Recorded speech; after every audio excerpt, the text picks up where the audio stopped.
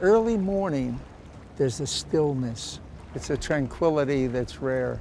Now, the restaurants aren't open, the stores aren't open, people are still sleeping in the hotels, but where the fish is delivered, and where the fish is unloaded, wow. Everything comes alive. The trucks, the dollies.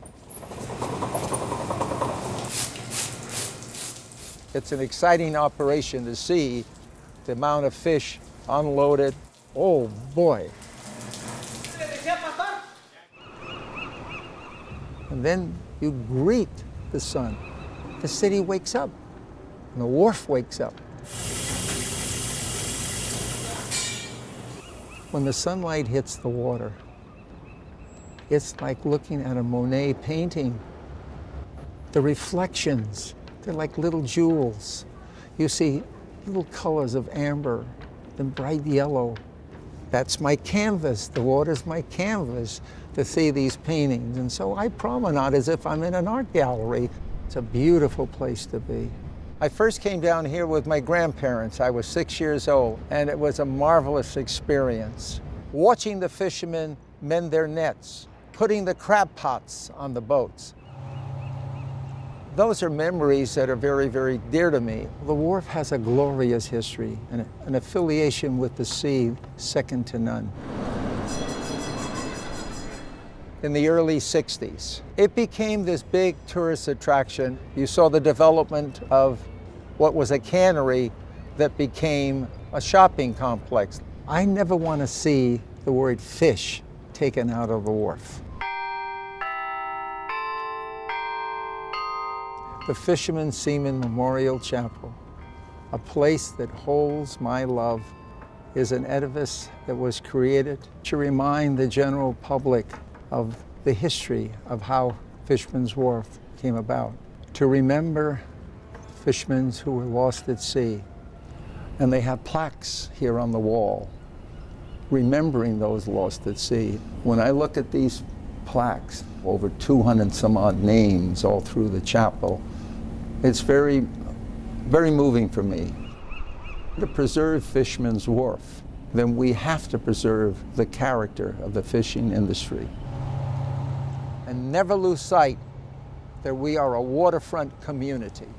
If we do that, Fisherman's Wharf will be glorious into the next century.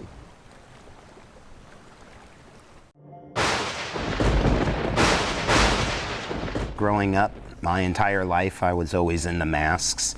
I've always been collecting them ever since I was a kid. I just think they're a lot of fun to put on and turn into something else. Meet the man behind the mask, Chris Zeffro. He's turned his childhood passion into a dream job. For Trick or Treat Studios, we specialize in vintage retro characters. I really wanted to bring back that feel from the early 70s, late 60s, what I'll call the golden age of mask making. The great colors and the teeth and eyes. The best thing about having eyes in the mask is it really brings the character to life. And one mask in particular will be the ultimate treat for his fans. With getting, the Halloween 2 mask from Universal Studios is what I would consider the grail of masks for Halloween. According to Zeffro, following your dreams is hard work. It's very, very labor-intensive mask making. There's just so much hand artistic work done in each one.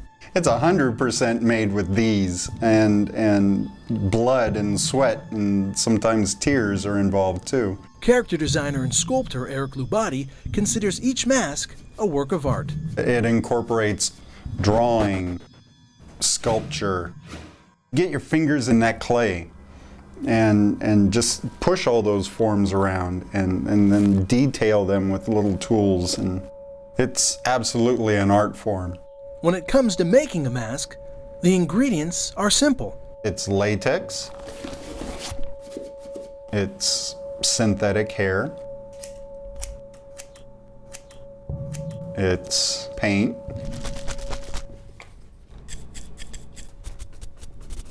it doesn't have its character yet until you put on the accent colors. And when it comes to life is when the person puts it on and gives it a personality. That's the reward. Although Trick or Treat Studios sold over 60,000 masks this year, sales isn't the only measure of their success. There's a really warm feeling that goes through me every time we box something up and ship it out, that somebody is going to look at that and wear it on Halloween night and enjoy it. The first time I ever saw somebody trick-or-treating in my stuff, it was really cool to see somebody out there, you know, collecting candy with one of our masks on.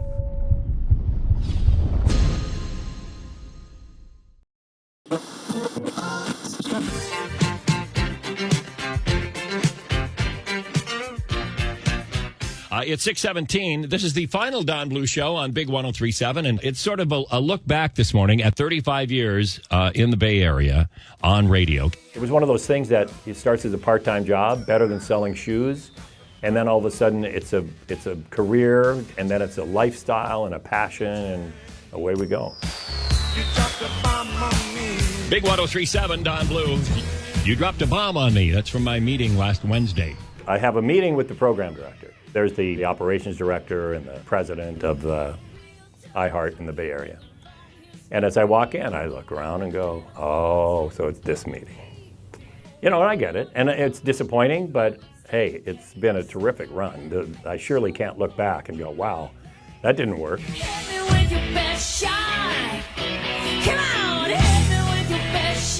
Came here in 1980, 81, whenever it was, from Los Angeles, and thinking, wow, you're going to love this station, love this town, this is it, Bay Area, San Francisco. Great thing about when I look back is that my job every day was just to get up and go in and entertain these people.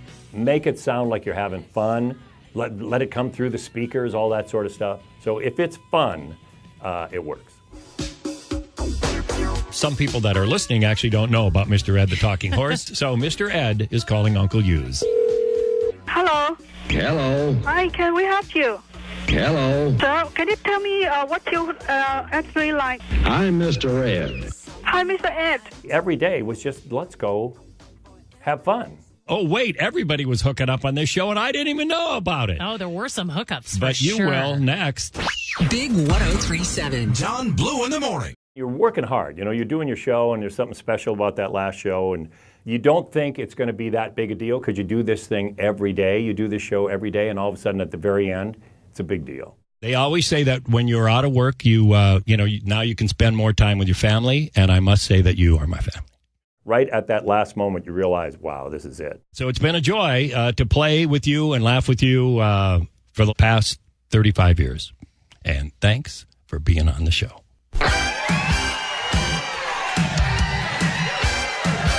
We will be missing Don Bluth Show in the morning. Grade school, middle school, high school. Always remember riding to school with you in the morning. You've been part of our lives for several decades. You're part of the history of San Francisco. We'll never forget you, man.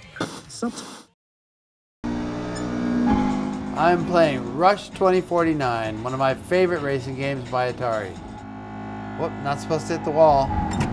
Robert Albritton, better known as Video Bob, owns and operates Starbase One, a video game arcade in San Rafael. It's been a neighborhood community place for people to get together and play for 3 decades. Pinball is pretty much what roped me in the first place. So I was fascinated with pinball machines first because they're mechanical devices. I like to take things apart. I was a kid that took his first motorcycle apart and put it together before I was old enough to drive it, you know. I actually started out here at Starbase as the repairman. And gamers can still find Albritton repairing machines, but more often playing them. I've got some high scores up here on the chart. Shortcut. But after more than 30 years of fun, Starbase One is closing its doors forever. Now as property values go up, rents are going up. And so in many instances, rents are going out beyond what the older mom and pop businesses can support. According to Albritton, when the last game is over, he'll walk away with more than a pocket full of quarters. Kids that started out at 8 or 9 or 10 or then high school students and then And then growing up and getting married and coming back with their kids, yeah, I've seen that too, and that's one of the most rewarding things for me to be here, for them to do that. Sure, I'm going to wake up in a few weeks thinking I've got to get up and come down here and get things done and realize it's not here anymore, so that's part of the process, I guess.